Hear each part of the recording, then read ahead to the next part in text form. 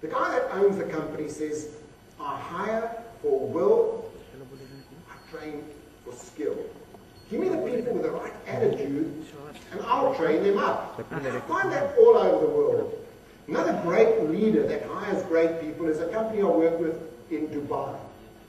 The guy is called Stuart. He owns the company, and what he does is he says, before I hire anybody, I create a profile. And I look at everything in terms of skills, behaviors, characteristics. I put together that profile, and then I've got something to measure against. He says also, when I recruit somebody, before I hire them, I spend 1 hour detailing the job specifications. Exactly what is needed, exactly what they've got to do. What is the dress code? What time have they got to get into the office? What do they need to do?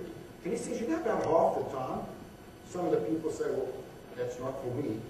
But those that start with me know exactly what is expected of them. Now, I love finding companies where people do things totally differently. And one of my favorite companies is an American company called Southwest Airlines. Now, we all fly all over the world. And you know, when you get to the airport, you sit there, you wait, you get onto the airplane, and you normally get the boring announcement. Please take your seats. If you're sitting at a window seat, you want to see someone that's a little bit different, take a look at this guy over here. Good evening, folks. Welcome aboard Southwest Airlines Flight 372, service to Oklahoma City. Those of you that have flown us before know that we do things a little bit differently here on Southwest. Some of us tell jokes, some of us sing, some of us just stand there and look beautiful. I, unfortunately, can do none of those. So here's the one thing that I do know how to do. We're going to shake things up a little bit. I need a little audience participation. Otherwise, this is not going to go over well at all. So here's what I need, especially you guys in the front, because you know what's coming. All right, I need a beat. All right.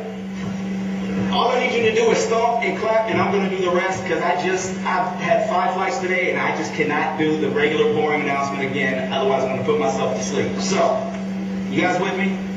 All right. So give me a stomp, clap, stomp, clap. Come on, stomp, clap, stomp, clap. Stay on beat there. There you go. Keep that going.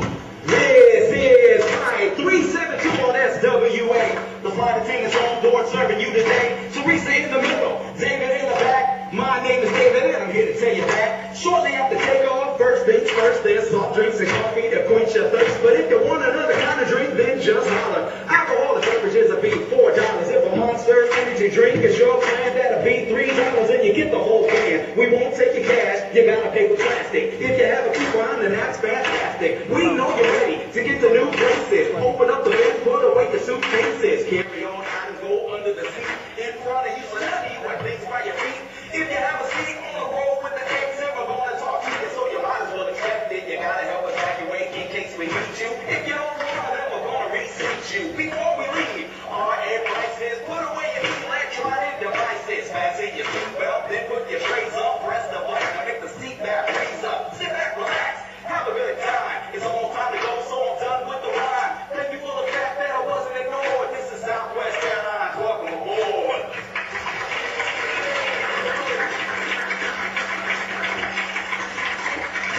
How many of us would like to have an employee like that working for us? Isn't that great? That's where it all starts, getting the right kind of people. The next point really is setting the standards. And I'm fortunate enough to work with a lot of sports teams. Every great sports team sets the standards. At 5 o'clock in the morning, you've got to be in the water, you've got to be practicing. If you don't abide by those standards, you're not on a team. We've got to set those standards. And combined with that is the third point, which is really the hygiene factors. If somebody joins us, what is the office like? What is the atmosphere like? What kind of atmosphere do we create for the people? You know, how do we get that balance between motivation and hard work? It's all about those office factors. Now, one of the greatest places where I saw this, I spent half my life living in hotels.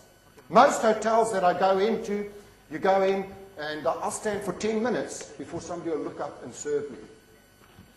Dubai, one of my favorite cities in the world.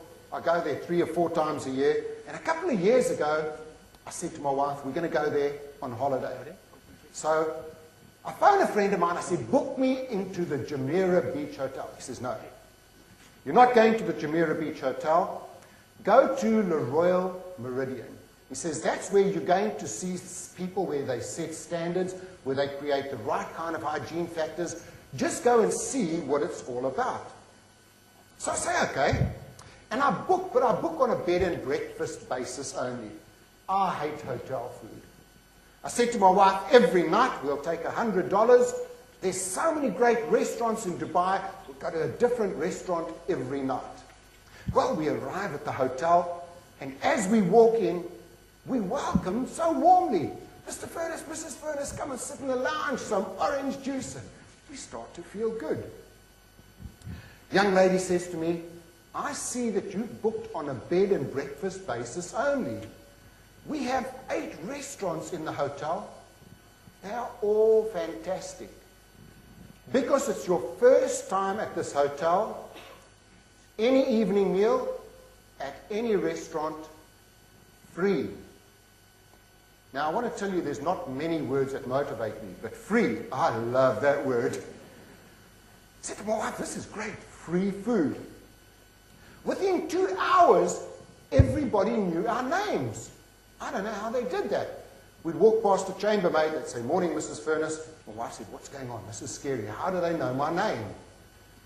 That evening, we go down to the Italian restaurant. I said to the waiter, what's the steakhouse like? He says, oh, the steakhouse, the steak just melts in your mouth. I said to my wife, that's it. We're not moving out of this hotel. Every night, we're going to go to a different restaurant, because it's free. And then, the $100 that we were going to spend, we'll spend on all kinds of other gifts and presents in the hotel. Next morning, I go down to the swimming pool, and I'm a mad South African. I talk to everybody.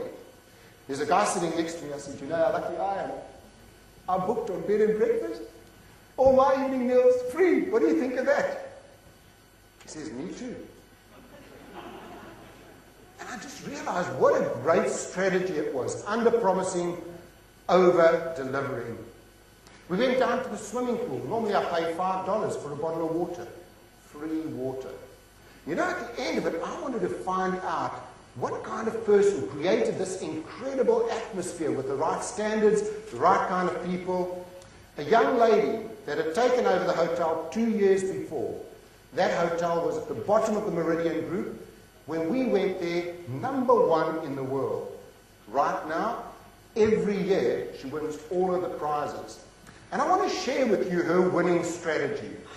This is what she said to me. The first thing is, treat everybody as if they are the most special person in the world. That's not only the customers coming in, but our internal customers, the people that actually work for me. How do you make people feel special? My employees, how do I make them feel special? Somebody comes into the hotel, how do I give them the greatest attention? Somebody phones in, how quickly is that phone answered? The next thing she said, you know what? People love it when you remember names.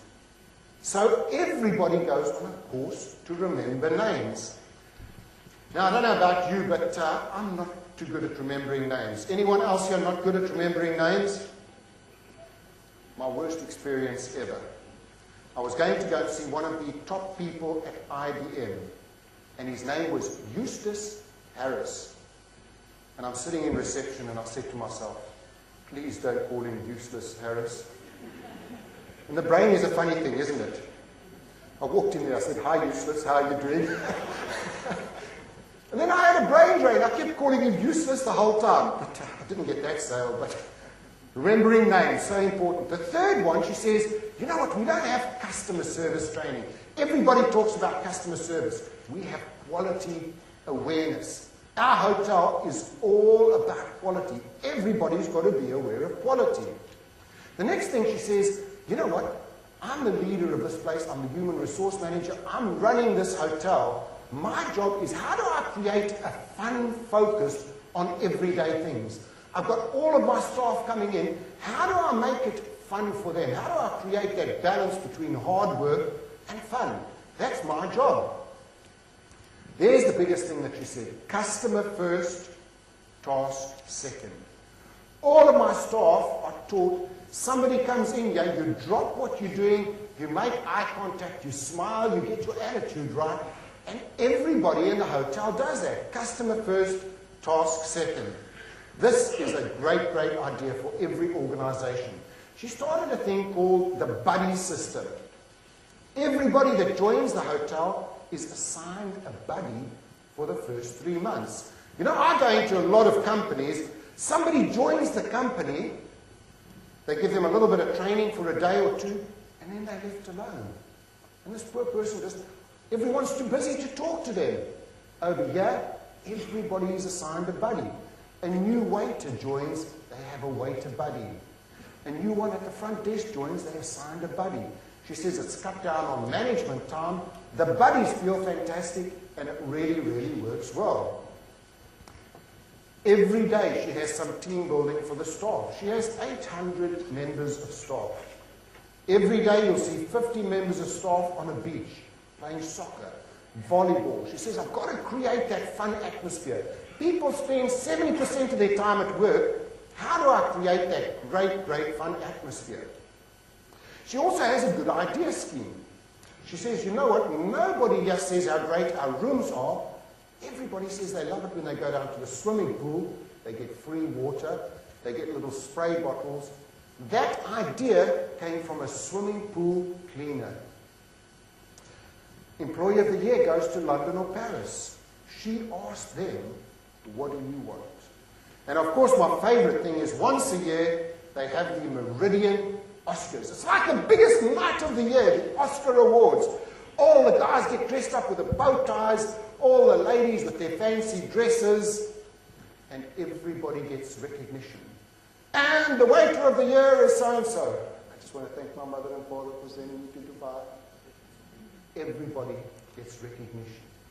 I tell you what, this is one of the greatest examples I've seen of setting standards and creating those great hygiene factors. And for every one of us in HR is how do we create that same kind of atmosphere for our people? You see, our first customers are the people that work for us. Our second customers are the people that they serve. The next thing is the importance of training. You know, our people are only as good as the training that we give them. I want to ask you a question here. How many of us want to make more cash? Anyone want to make more cash? Any companies? Okay, we've got 3 companies want to make more cash. We all want to make more cash. Now, the secret of measuring our employees using the cash formula, and again, I'm from South Africa, we can't spell, so we spell cash, K-A-S-H. And the first thing really is knowledge. What is the knowledge like of all of our people? What is the knowledge like? The second thing, the A stands for the attitude. What is the attitude like? You know what, give me anyone with the right kind of attitude, and we can give them everything else. The third, the S in cash, of course, is for the skills. You know, our people are only as good as the skills that we give them. And H, of course, is for the habits. Because it's so easy to get into a bad habit. Somebody comes in 5 minutes late. Soon it becomes a habit. They come in 10 minutes late. Soon it's a habit. They start wearing the wrong clothes. Soon it's a habit. So great measurement for all of our people. Knowledge, attitude, the skills, and then of course the habits.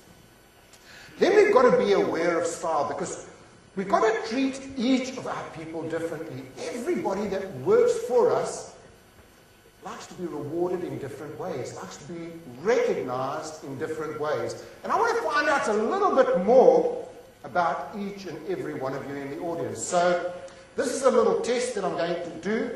They spent millions on research, and I want to test everybody in the audience. I want you to choose one of these over here. Which one would you say represents your personality? Don't get too deep and think about it. Just say, which one is my personality? Am I a rectangle, a triangle, a circle, or a squiggler? So, hands up, all the rectangles. Any rectangle people, hands up? We've got one. Okay, one. One rectangle in the whole audience. 2, 3. Thank goodness. What about triangles? Any triangles?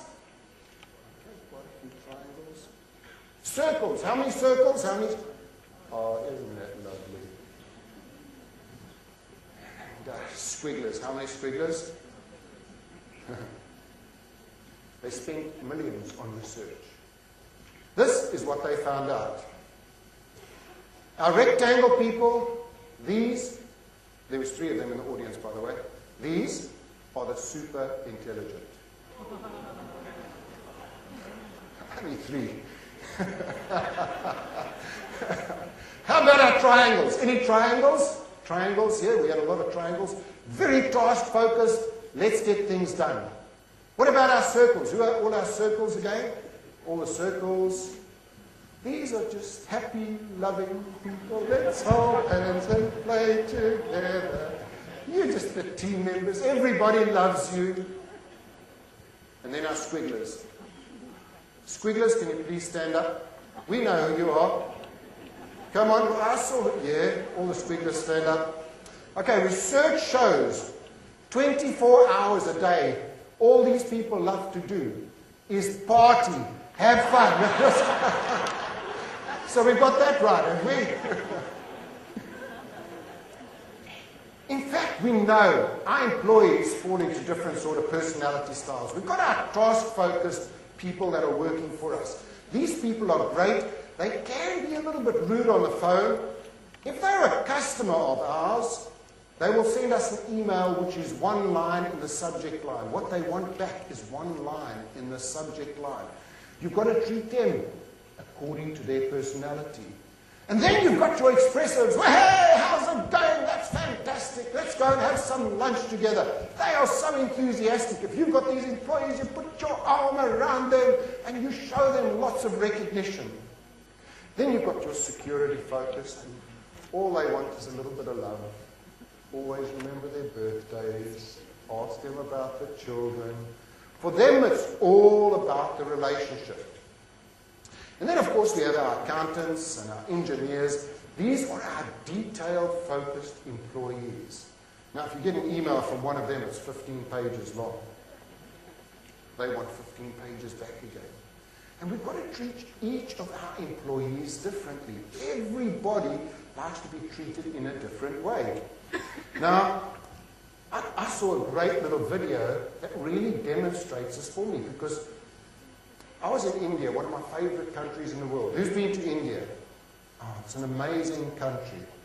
Now, I want to show you a little guy that sells fans in India, and tell me if you would employ this little guy. Take a look at him. Okay. Hello, let's want to buy pick-up fan, air condition fan, give mama give, daughter give stadium give, out decoration, nice air condition, only 50 rupees pick-up fan. Nice, take one more, only $1 each, not too much. Take only £1, England pound. How many of us would employ him? What did we like about him? Enthusiasm. Now, you know what? No one has ever taught him how to sell or what to do. His grandmother said to him, you know, people have got to be treated in different ways. They come from different countries around the world. They speak different languages. They have different body language. You can't treat them all the same way. 7-year-old young boy, watch how he changes. Italian, German, Arabic, Iranian. Can you show me? Which language? French. Oh. Sila indipon, sila second kopi, joli. Sila indipon, sila ainiro, si joli sila second kopi. Second kopi sila indipon. Joli, right? Okay, yeah. After Italian. Asta bello, paone, sono 50 rupi a uno, sto bonito paone. Poi non bonito barato, mira, te che sto uno paone 50 rupi. Sta bello. After German, Amsterdam, wunderbar. From the Sufian, Sheshun, wunderbar. From the Sufian, €1. After Arabic, Dala Taus Kardi Kubana Chan, Ada Kamsi, Ada Chan Baga Talat Mia Kamsi. After Irani, Maba Kadi Taus Panjo Rupia, Ada Tirisato Panjo, Ada Panjo. After Russian, Maudin, ₹300 ada Ruskiras kapun Nargis. The ₹300 ada 300 ada Karosha ₹300. After Japanese, kuja kuno mini motakal. Isn't he amazing? 18 languages. Did you notice how he changed his body language when he was speaking to the Arabs? Much more aggressively, Japanese, much more gentle. And isn't that the way we've got to treat all of our employees? We've got to treat them all differently. There's a 7-year-old guy who's learned the secret already. 7 years old. The next thing, the sixth point really, is all about coaching and mentoring. And every great team has great coaches. When I work with the British Olympic team, when I work with any of these top sports people, no matter how good they are, they have a great coach that is on the side that is mentoring them. And a little formula that they use is a formula called CRC. Commend, recommend, and commend. And this is a great thing to do with any of our employees. When we've got them, we're doing a one-on-one with them, if we're doing any reviews, bring them in, commend them on something good that they've done. And then instead of hitting them on the head, rather recommend. What I recommend to be even better at the job is do this. And then finish again on commending. It works so well with sports teams, it works so well with business teams. And then it's all about motivation, recognition, and reward. How do we reward our top people? How do we recognize all of our top people? People thrive on recognition and reward. And a lot of the times, what we do is we have some of the people working for us, and some of them, we give them a little bit of recognition. Some of them we give medium recognition, and some we give stacks and stacks of recognition. The whole secret, really, with all our employees, is everybody loves recognition and reward. Isn't that true? So it doesn't matter. Those that we give a little bit of recognition to, they still love it. They still thrive on recognition. What do we do to make it work for everybody? Everybody has got to have the same amount of recognition. How do we recognize and reward them? Look at that great hotel in Dubai, catching people doing things right. Most of the time, what we do is catch people doing things wrong. How do we catch people doing things right? So we've got the 7-point plan there. And if we look at this over here, just read that. Recognition is way more important than money. A pat on the back is only a few vertebrae above a kick in the pants. So way more effective. Isn't that true? How do we catch people doing things right? So we've got the 7-point plan over there, but the biggest thing is we've got to dream and think big. We've got to dream and think big. If you want to build a great team, it's got to start up here with each and every one of us. Dreaming, thinking big. How do we make that all happen? And I love to find people that do things a little bit different. We saw the guy from Southwest Airlines who does things a little bit differently. But take a look at this crazy guy here. McManaman again, on to Shearer, now Barmby. Good football from England. Wise.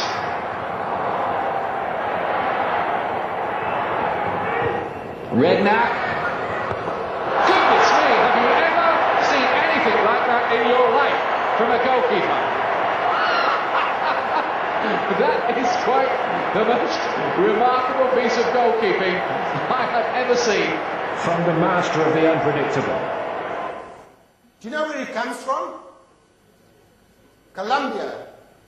You know what they do when they get things wrong there? They explain things nicely. Did he believe he could do it? Absolutely. I guarantee he practiced that 1,000 times. He was physically prepared, he was mentally prepared, but he was also waiting for that one great opportunity. You see, what he saw that nobody else saw was as soon as the ball was kicked, the flag went up for offsides, and he knew he wouldn't be shot if he missed that ball. For all of our employees, are they aware? Are they physically fit? Are they mentally fit? When they come in there, are they waiting for that one great opportunity? And finally, one of the greatest teams I ever met, again, was in India. I love going to India. And the last time I was there, I was staying in a great hotel, the Taj Mahal Hotel. Oh, what an amazing hotel. When you talk about employee engagement, it was all there. And then I wanted to go for a little tour. Across the road, they have the gateway to India. So I thought, I'm going to go for a tour there. I'm going to find a tour guide. I walked down there. 2 little girls ran up to me. One's 5, one's 8. Hello, mister, where are you from? I said, I'm from England. They said, oh, Buckingham Palace, Manchester United. Manchester United. Can we give you a tour? He said, okay. I said, okay, give me a tour. 5 and 8 years old, for the next 10 minutes, they gave me the best tour that I've ever had. They knew times, they knew dates, they knew places. At the end of it, I pulled out 10 rupees and I gave it to the eldest girl. She said, please, mister, don't give us money. My papa, he drinks, he hits us, and he takes our money away. I'm a big softie. I said, girls, what can I buy you? Please, mister, we're so hungry. Please buy us some powdered milk. I said, okay, girls, where do we go? I followed them through the alleyways, and we came to a street vendor. And they ran up to the street vendor. He gave them each a big tin of powdered milk. And off they ran. He turns to me, and he says, that will be 600 rupees.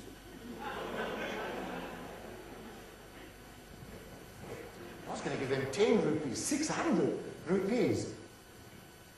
Anyway, I paid him, and I go back to the hotel, and I'm talking to the hotel manager, and I told him the story. He says, you've just been caught out. Those are professional beggars. That's their father. That is a great team that work together. The minute you leave, they take back the milk powder, they give it to him. He gives them 60 rupees. They've now made 6 times as much, and he keeps the rest. And I was a little bit upset, and then I thought about it. You know what? I've just met the greatest team ever. Think about this team, how they work together. I walk out of the hotel, they say, all right, looks like he's got some money, let's go for it. The next thing is they develop rapport. Where are you from? I'm from England, Buckingham Palace, Manchester United. Their product knowledge, we spoke about cash. Their knowledge is fantastic. Their attitude is fantastic. And then they give me the emotional close. My papa, he drinks. They got me to spend 60 times more than I originally was going to spend on a tour. I want to introduce you to 2 of the best team members I've ever met. That was taken before they caught me, not after they caught me, by the way. And finally, we've got our 7-point plan, and the biggest thing we've got to do is we've got to make it happen. It's up to each and every one of us to make it happen.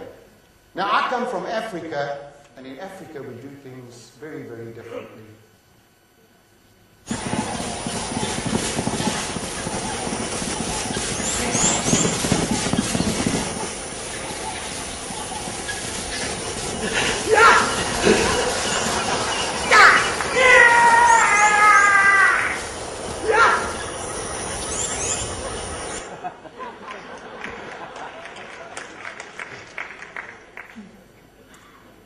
Right, we've got about 3 minutes left before our next session starts. So we've got 3 minutes for questions. Any questions?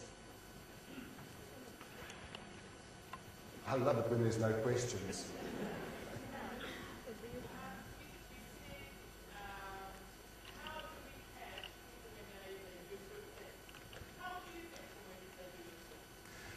It's just something, you know, if they phone a customer and they get back to the customer on time, they do something well, just a little handwritten note sometimes is great. Just a thank you, just picking up the phone and phoning them.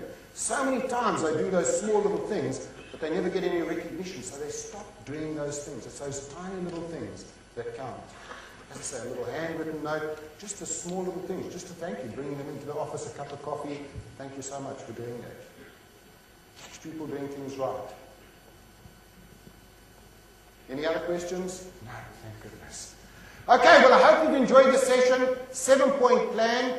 By the way, come and grab my business card a little bit later. If you want to get my HR newsletter, give me your business cards. And there's a great session on technology, I believe, at about 10:30. If I was you, I'd go to that. Thanks for your time. Enjoy the rest of the conference. Thank you. Thank you, Frank. I would now like to invite Mr. Liao to present a memento as a token of appreciation for Frank's session.